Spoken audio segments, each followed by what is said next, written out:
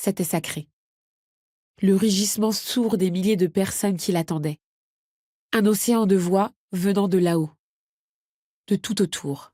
Sa faux à la main, elle demanda au gardien de lui laisser de l'espace et se balança de gauche à droite. S'échauffa la colonne vertébrale. L'énergie monta en elle. Elle ferma les yeux et entra dans son corps. Elle ne s'y sentait pas toujours en sécurité, mais là, sous l'océan des voix, il lui semblait parfait. La porte devant elle s'ouvrit.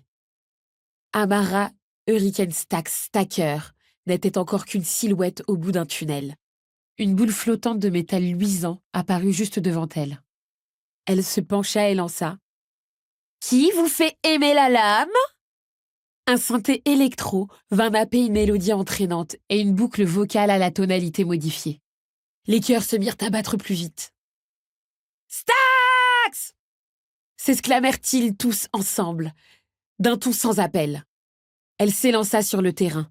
Les projecteurs s'allumèrent et teintèrent d'or sa peau marron clair. Ses dreadlocks tombaient en épaisses cordes, plus bas que ses épaules, plus bas même que son plastron en polymère.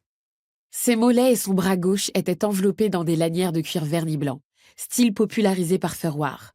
La manche de son armure rigide recouvrait le haut de son bras gauche.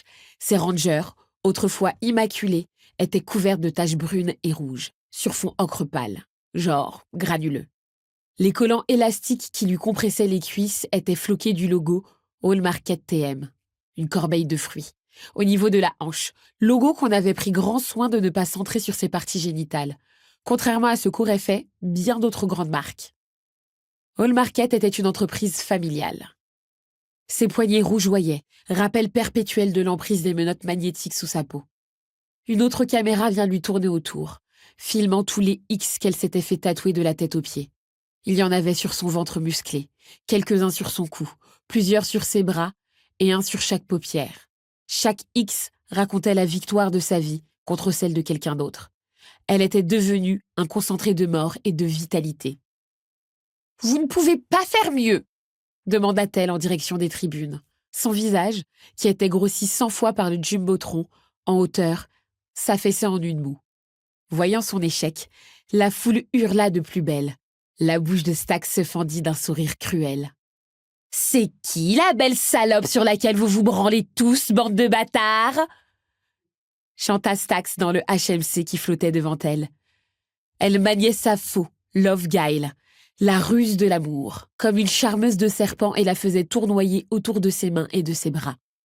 Le rythme s'intensifia, l'extrémité de la lame accélérant de plus en plus et dévorant l'air alentour.